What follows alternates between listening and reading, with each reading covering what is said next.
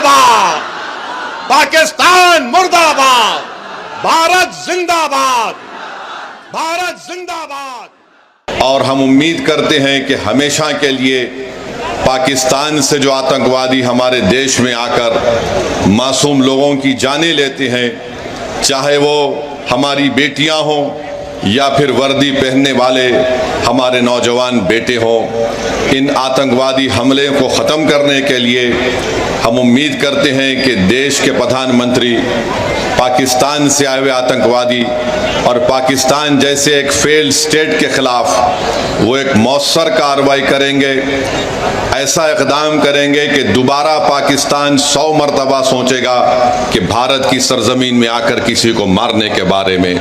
मेरे अजीज़ दोस्तों और बुज़ुर्गों, मैं आपको ये बताना चाहता हूं कि पाकिस्तान ये पूछ रहा है कि भारत के पास अगर कोई प्रूफ है तो दो।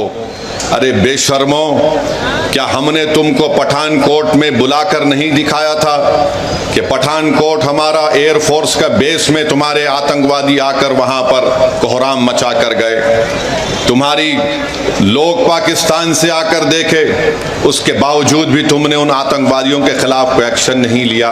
तो सुना आपने किस तरह से ओवैसी ने पाकिस्तान की धज्जियां उड़ाकर रख दी, और जब उनका ये वीडियो पाकिस्तान में देखा गया तो वहां का ये मौलाना आग बबूला हो गया।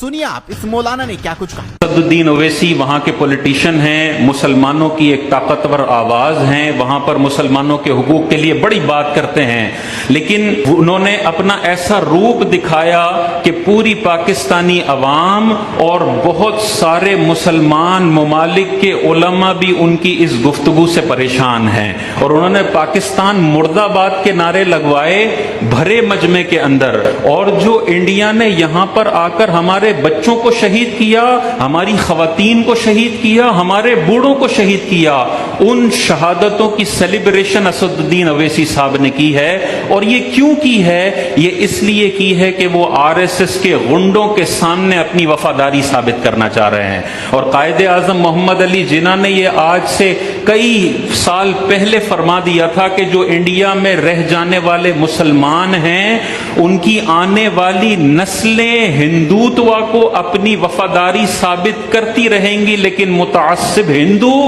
कभी भी इनकी वफादारी पर यकीन नहीं करेंगे।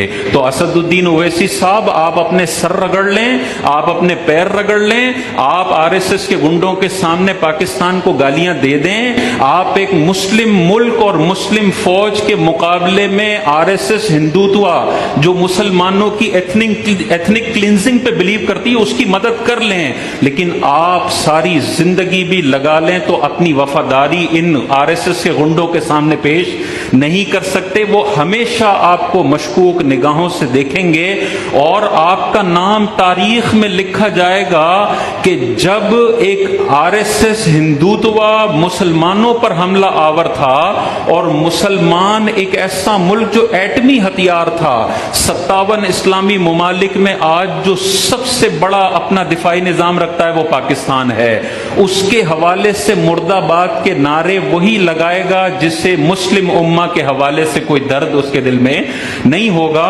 थोड़ा सा गौर करना चाहिए। अगर डर लगता है तो मुंह बंद रखना चाहिए, लेकिन अगर कुछ बोलना है तो फिर गौर करना चाहिए कि आप किसके खिलाफ बोल रहे हैं और किसका साथ देने वाले हैं।